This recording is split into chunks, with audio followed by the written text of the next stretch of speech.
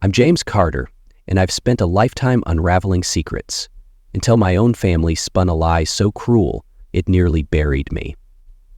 At 45, he appeared to be nothing more than a mid-level operations manager at Summit Freight, a company owned by his brother-in-law, Paul Grayson. To his neighbors in Oakwood, Virginia, he was just another face in the crowd, a quiet man who kept his lawn pristine and his past buried. His wife, Lindsay, had been the prize he thought he'd won. Blonde, ambitious, and sharp-tongued, she'd captivated him 10 years ago when they met at a charity gala. She claimed to love his mysterious nature, though James suspected she was more attracted to the generous lifestyle he provided.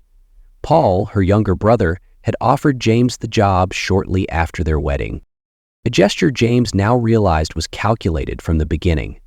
James had been blind to Lindsay's coded signals to Paul at that gala, a silent pact to use his wealth as their stepping stone. James played his role perfectly, the devoted husband who worked hard to provide for his beautiful wife. But lately he'd noticed the subtle changes. Lindsay's late nights at the gym, the way she guarded her phone, the knowing looks exchanged between her and Paul during family gatherings. James's instincts, honed by years in a much darker world, began to stir. He started paying attention to the small details: credit card statements, phone records, the mileage on Lindsay's Lexus. What he discovered was a web of deceit that went deeper than simple infidelity. Lindsay wasn't just cheating on him. She was systematically dismantling his life with surgical precision, aided by her brother and her lover, a man James had never suspected, but whose identity would soon shake him to his core. The revelation came on a Thursday evening in March. James had installed a small recording device in Lindsay's car after noticing she'd been meeting someone at the Silverstone Inn. The conversation he captured was a masterclass in betrayal. "The divorce papers are ready." Lindsay's voice was crisp through the static. "Paul will fire him tomorrow, and by Monday, James will be served. My lawyer says we can take him for everything: the house, his savings, even his pension." The male voice that responded was smooth, confident. "And you're sure he doesn't suspect anything?" "He's always seemed observant," Lindsay laughed, a sound that chilled James's blood. "James, please. He's a middle-aged nobody who thinks he's living the American dream. He has no idea what's coming." James sat in his study, the recording playing on repeat as he stared at the wall. They had no idea who they were really dealing with. Lindsay and Paul saw him as a sheep to be slaughtered, but they were about to learn that some wolves are very good at wearing sheep's clothing. The annual review at Summit Freight was scheduled for 3:00 p.m. on a Friday. James arrived at Paul's corner office wearing his usual pressed khakis and button-down shirt, the picture of corporate mediocrity. Paul sat behind his oak desk, barely looking up from his computer as James entered. "Close the door, James," Paul said, his tone already different from their usual interactions.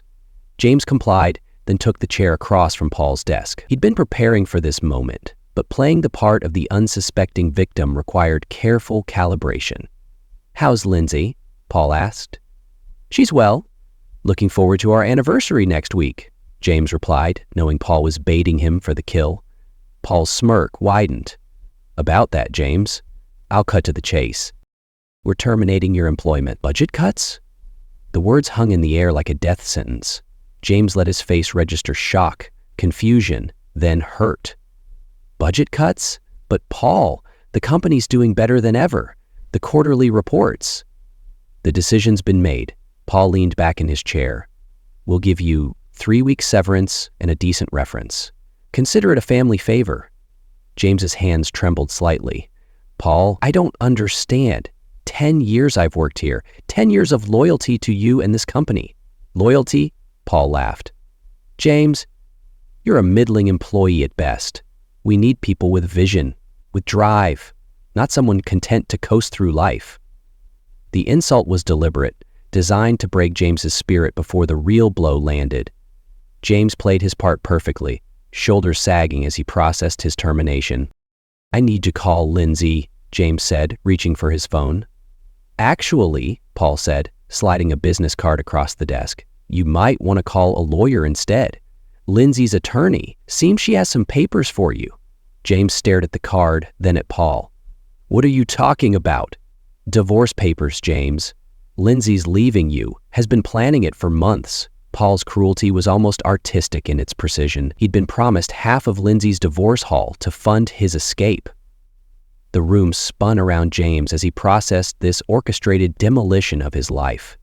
He'd known it was coming, but its calculated precision cut deeper than he'd expected. These people had planned his destruction like a military operation. "Why?" James whispered, his voice barely audible. Paul shrugged. "Why not? You never really fit in, James. Lindsay deserves better than a nobody who peaked in middle management. She deserves someone with real ambition." James stood slowly. 10 years, he repeated. 10 years of Lindsay pretending to love you, Paul said. 10 years of you thinking you belonged in our world. Face it, James. You were always just a placeholder. James walked to the door, then paused. "You're right about one thing, Paul. I never really fit in." He turned back, and for just a moment, Paul saw something flicker in James's eyes, something cold and dangerous. But then again, neither do you. James's hand shook as he inserted the key into his front door, but not from grief or shock. The tremor came from rage, a cold, calculating fury that he'd kept buried for 10 years. As he stepped into the house that had been his sanctuary, he found Lindsay in the master bedroom, methodically packing his belongings into suitcases. She looked up as he entered, her face a mask of cold determination. "Good. You're home. We need to talk." "Do we?" James's voice was steady now, the performance over. Lindsay straightened. "James, this isn't personal. We've grown apart. I need someone who can match my ambitions, someone who understands what I want from life, and what you want is someone who isn't me." "Exactly."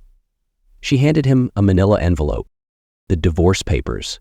My lawyer recommends you get your own attorney, but honestly, this is pretty straightforward. I'm keeping the house, and my lawyer says I'm entitled to half of everything else."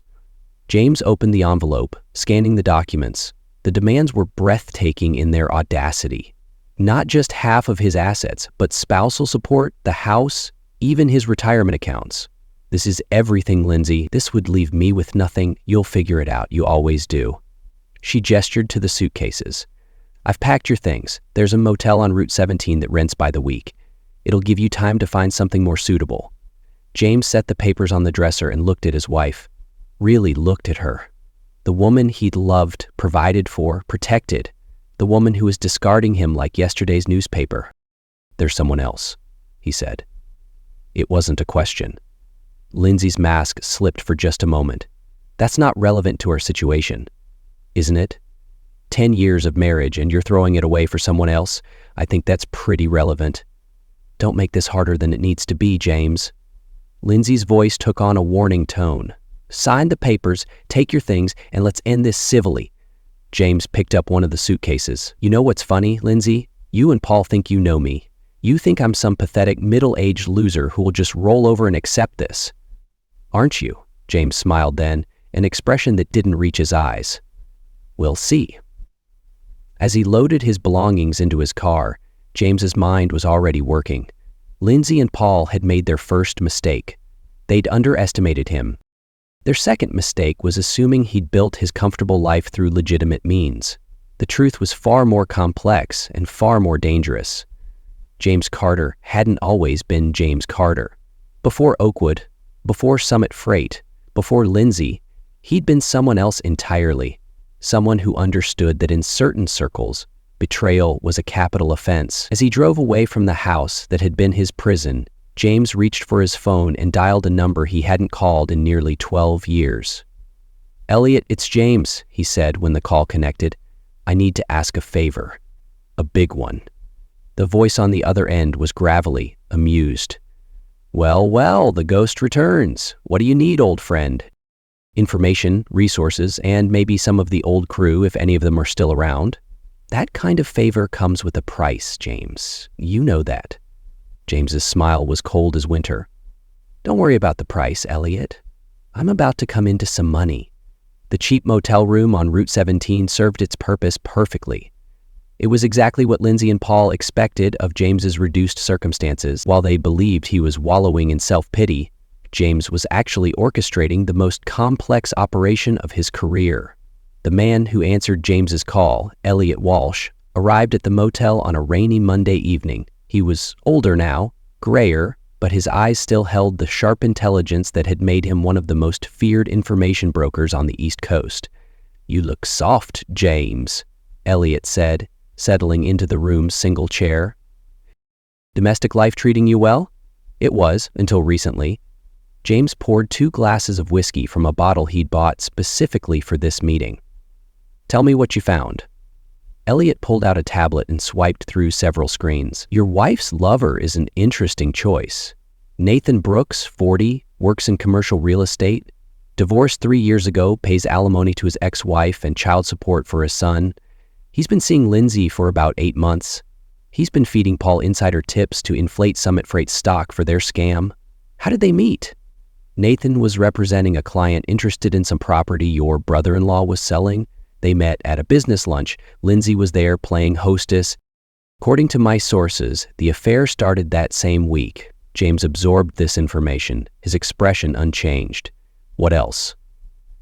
"Nathan's got financial problems. The divorce cleaned him out, and his real estate deals haven't been as lucrative as he'd hoped. He's behind on his alimony payments, and his business partner is threatening to dissolve their firm. So, he's desperate. Very, which makes him perfect for your wife's plan. She gets a lover who's completely dependent on her, and he gets access to your assets through the divorce settlement." James nodded. "What about Paul?" Elliot's expression darkened. "That's where it gets interesting. Your brother-in-law has been embezzling from his own company for the past 3 years. Small amounts at first, but it's escalated. He's moved nearly $450,000, 0 cents, into offshore accounts. He's been using a shell company fronted by Nathan to hide the funds." "He's stealing from himself?" "Not exactly. Summit Freight has several silent partners, investors who wanted a piece of the transportation industry without the headache of day-to-day operations. Paul's been skimming from their dividends and covering it up with creative accounting." James smiled coldly. "How long before they notice? My guess, the next quarterly audit, which is scheduled for next week, unless someone tips them off sooner." "And Lindsay?" "She knows about the embezzlement. Has to. She's been helping him move the money. They're planning to pin it on you. If anyone starts asking questions, your access to the financial systems, your recent performance issues, your bitter divorce, it all adds up to a perfect scapegoat." James set down his glass. "They're not just destroying my life, they're framing me for their crimes. It's actually brilliant in a twisted way. You disappear into poverty and disgrace, they disappear with the money. Clean slate for everyone except you." "Everyone except me," James repeated softly. "Elliot, I need you to dig deeper. I want to know everything about Nathan Brooks, his finances, his habits, his weaknesses. I want to know about Paul's silent partners, their backgrounds, their temperaments, and I want to know about Lindsay's plans for the money." Elliot gathered his materials. "This is going to cost you, James. A lot." "I told you not to worry about the money." James's smile was predatory. "In fact, I'm about to solve both our problems." 4 days later, James sat in his rental car outside the Silverstone Inn, watching Nathan Brooks's black Audi pull into the parking lot. Through his binoculars, he could see Lindsay waiting in the lobby, dressed in a blue dress that probably cost more than most people's weekly salary. James had spent the past 96 hours learning everything about Nathan Brooks' life. He'd uncovered Nathan's secret deal to sell Summit Freight's client list to a rival, betraying even Paul. More importantly, he was desperate. His ex-wife was threatening to take him back to court for missed alimony payments, and his business partner was pressuring him to bring in more clients or dissolve their partnership. That desperation was about to become James's greatest weapon. James made a phone call. "Mrs. Brooks, this is James Carter. I believe your ex-husband has been telling you some stories about his improved financial situation." The woman's voice was sharp, bitter. "Who is this?" "Someone who has information about Nathan's creative accounting practices. I think you and I should meet." An hour later, James was sitting across from Rebecca Brooks in a downtown cafe. She was an attractive woman in her late 30s with tired eyes. "Nathan stopped paying alimony 4 months ago," she said, stirring her coffee with agitated motions. "Says his business is struggling, but he just bought a new car and took his girlfriend to Miami. His girlfriend is my wife, James said quietly. Rebecca looked up sharply. Your wife? Soon-to-be ex-wife? They're planning to divorce me and take half of everything I own. Your ex-husband seems to think it's going to solve all his financial problems. That bastard. Rebecca's voice was venomous. He leaves me to raise our son alone, claims he can't afford child support, and then runs off with a married woman. James slid a manila folder across the table. These are copies of Nathan's financial records. Bank statements, credit card receipts, travel expenses. I think you'll find them very interesting. Rebecca opened the folder, her eyes widening as she scanned the documents. He told the court he was barely making ends meet. This shows he spent $6,000, 0 cents on jewelry last month alone. Jewelry for my wife, I assume. James's voice was matter-of-fact. Rebecca, I'm going to destroy Nathan Brooks. I'm going to take everything he has and leave him with nothing. But I need your help. What do you want me to do? File for contempt of court. Show these records to your lawyer. Make Nathan's life hell through the legal system while I work on him from another angle. Rebecca closed the folder. What else? James smiled. There's more. Nathan's business partner, Stephen Hayes, doesn't know about the affair. He thinks Nathan's been distracted by personal problems, but he doesn't know the specifics. I think Stephen deserves to know the truth about his partner's priorities. You want me to tell him? I want you to show him these financial records. Let him draw his own conclusions about Nathan's commitment to their business. Rebecca's smile was sharp as a blade. Consider it done. As James drove back to his motel, he felt the familiar satisfaction of a plan falling into place. Lindsay and Nathan thought they were playing chess, but James was playing a much more complex game. They were about to learn that he hadn't spent 10 years in suburban obscurity because he was weak or simple. He'd been hiding because he was dangerous. The next morning, James received a text from Rebecca. Stephen wants to meet with you. He's very interested in your information about Nathan's business practices. James smiled. The trap was set, and the prey was walking right into it. Stephen Hayes was a man betrayed. James could see it in his eyes as they sat in the back booth of a dimly lit restaurant downtown. 25 years, Stephen said, his voice thick with emotion. 25 years I've been partners with Nathan. Built this business from nothing, and he's been lying to me for months. James sipped his coffee, studying the older man. Stephen was in his late 50s, successful but not wealthy. The travel expenses alone, Stephen continued, rifling through the documents James had provided. $12,000, 0 cents in the past 4 months, Miami, Chicago, beach resorts, and I'm working 18-hour days trying to keep us afloat. It gets worse, James said quietly. Nathan's been using company resources to impress my wife. The Audi he's driving, leased through your business, the expensive dinners, the jewelry, even the hotel rooms. It's all coming out of your partnership. He's also selling your client list to a rival for extra cash. Stephen's face reddened. That son of a... I trusted him. There's something else you should know. James leaned forward. Nathan and my wife aren't just having an affair. They're planning to take me for everything in the divorce. And Nathan's counting on that money to save his financial situation. He's been promising Lindsay that he'll be able to support her lifestyle once my assets are liquidated. He's using your divorce to solve his business problems. Exactly. And if that plan fails, what do you think happens to your partnership? Nathan's already financially desperate. How long before he starts looking at your business assets as his personal piggy bank?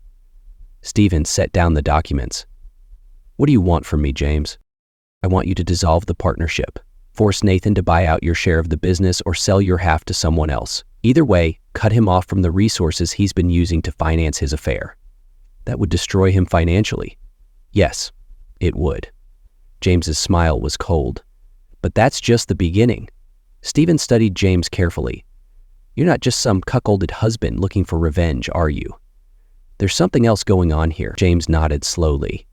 There is. And if you help me, I'll make sure you're compensated for your trouble. More than compensated. What kind of compensation are we talking about? James slid a business card across the table. Call this number, ask for Elliot Walsh. Tell him James sent you and that you're interested in investing in some upcoming real estate opportunities. Stephen looked at the card. What kind of opportunities? The kind that become available when certain people lose everything they own. James stood up, leaving a $100 0-cent bill on the table. Stephen, in about 3 weeks, Nathan Brooks is going to be completely destroyed. Professionally, financially, personally. When that happens, there are going to be some very attractive properties and business opportunities up for grabs. You can either be part of that, or you can go down with him. James's phone buzzed with a text from Elliot. The silent partners want to meet. They're very interested in your information about Paul's creative accounting. James smiled. The dominoes were starting to fall, and Lindsay and her conspirators had no idea what was coming. The meeting took place in a private dining room at the Regent Club. James arrived 20 minutes early, studying the 3 men who would soon hold Paul Grayson's fate in their hands. Edward Thornton was old money, 4th-generation wealth built on manufacturing and real estate. Martin Reed was newer money, a tech entrepreneur who diversified into traditional industries. The third man, Victor Langston, was the most dangerous. "Mr. Carter," Edward said as James took his seat, "Elliot tells us you have some concerning information about our investment in Summit Freight." "I do." James placed a thick folder on the table. "Paul Grayson has been systematically embezzling from your dividends for the past 3 years. The total amount is approximately $470,000, 0 cents. He's been funneling it through Nathan's shell company to frame me for insider trading." Martin leaned forward. "That's a very serious accusation. It's also completely documented." James opened the folder, revealing bank statements, transfer records, and coded accounting entries. Paul created a complex system of false invoices and inflated expenses to cover the theft. He's been moving the money through offshore accounts, preparing to disappear with it. Victor spoke for the first time.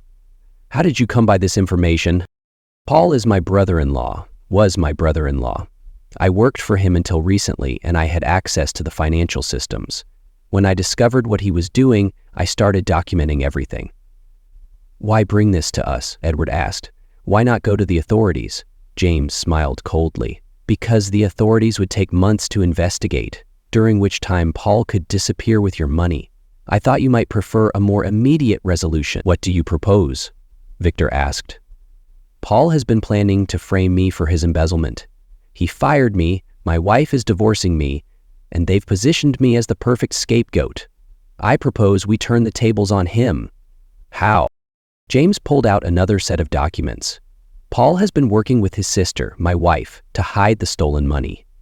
They plan to use my divorce settlement to legitimize some of the funds, then disappear together.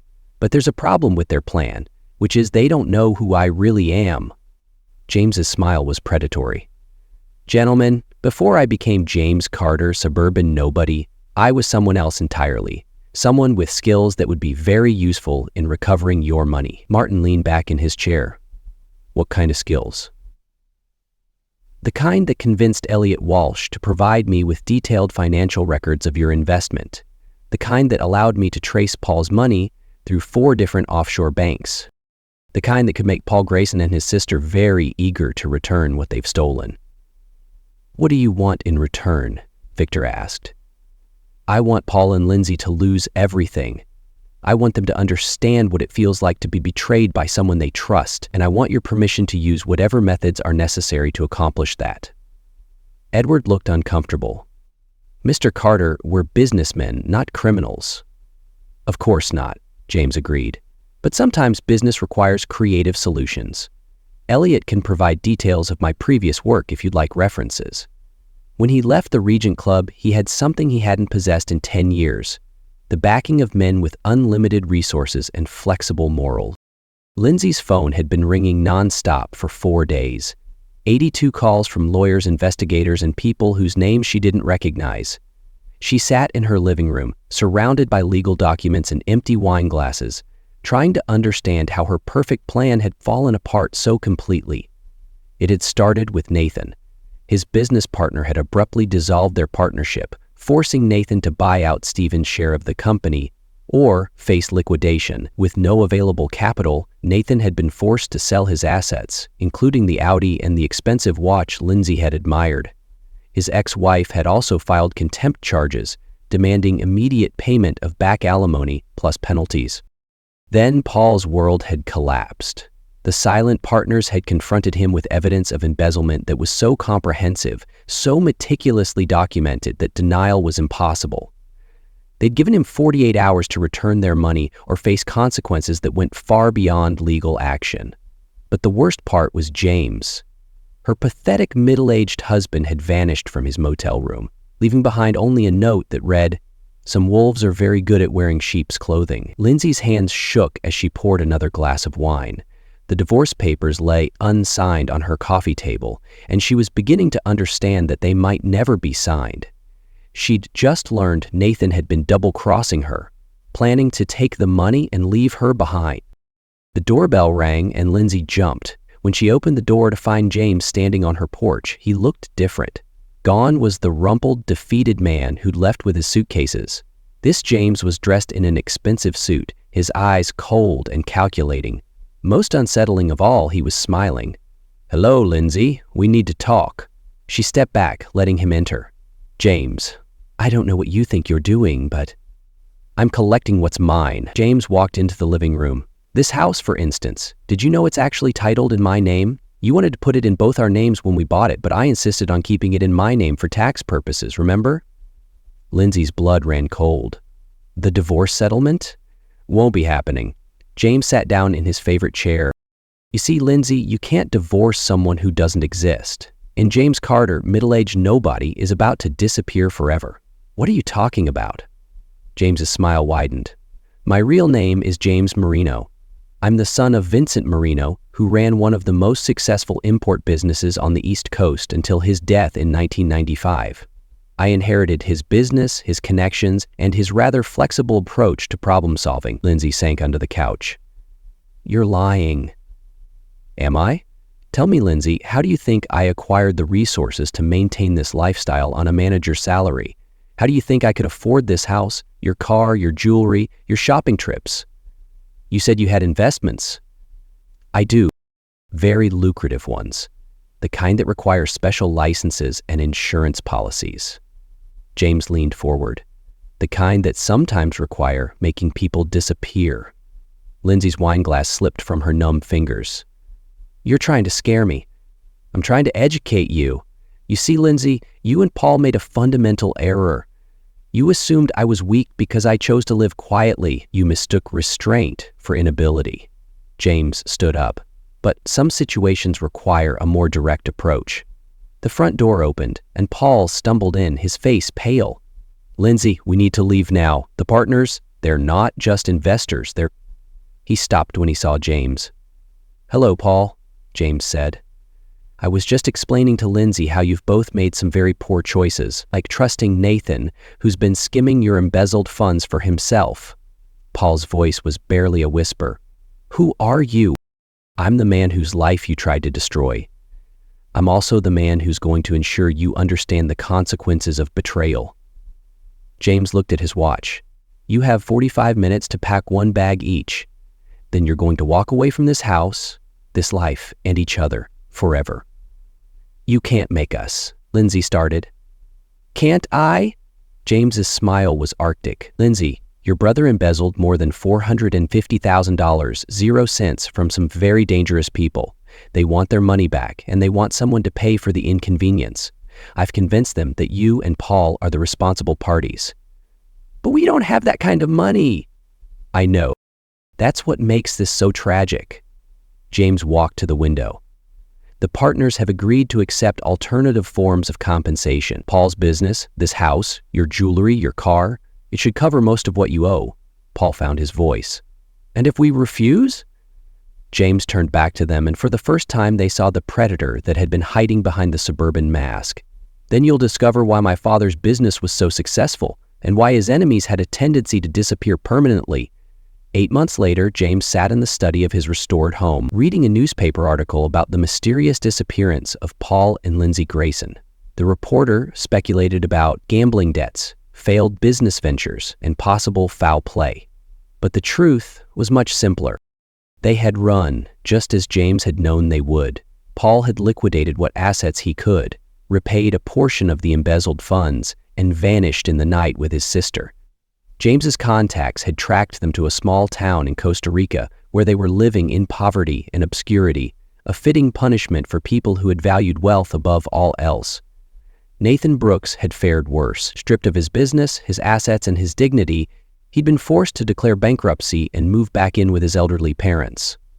His ex-wife had been relentless in pursuing the back alimony, and Stephen Hayes had ensured that word of Nathan's unprofessional conduct spread throughout the real estate community. He would never work in the industry again. James's phone buzzed with a text from Elliot. New job opportunity. Interested? James smiled but shook his head.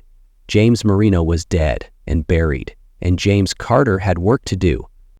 The doorbell rang, and James opened it to find a young woman on his porch. She was in her mid-20s, with Lindsay's blonde hair but kind eyes. "Mr. Carter, I'm Emily Brooks, Nathan's daughter." James studied her carefully.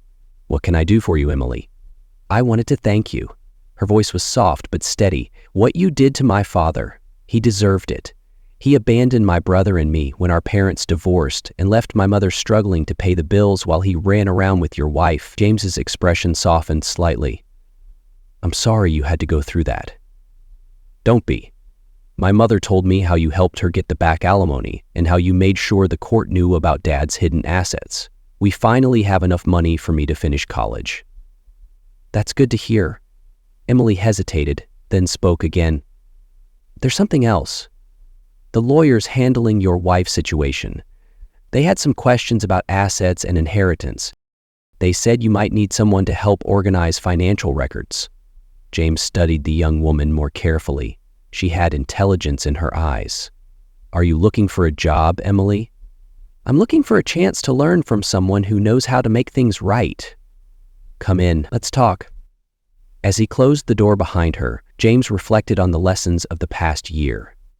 Lindsay and Paul had taught him that even the most carefully constructed life could be destroyed by betrayal. But they had also taught him something else, that sometimes the only way to achieve justice was to embrace the darkness that civilized society preferred to ignore. He had spent 10 years trying to be someone else, someone softer and more forgiving, but some betrayals demanded a response that went beyond forgiveness.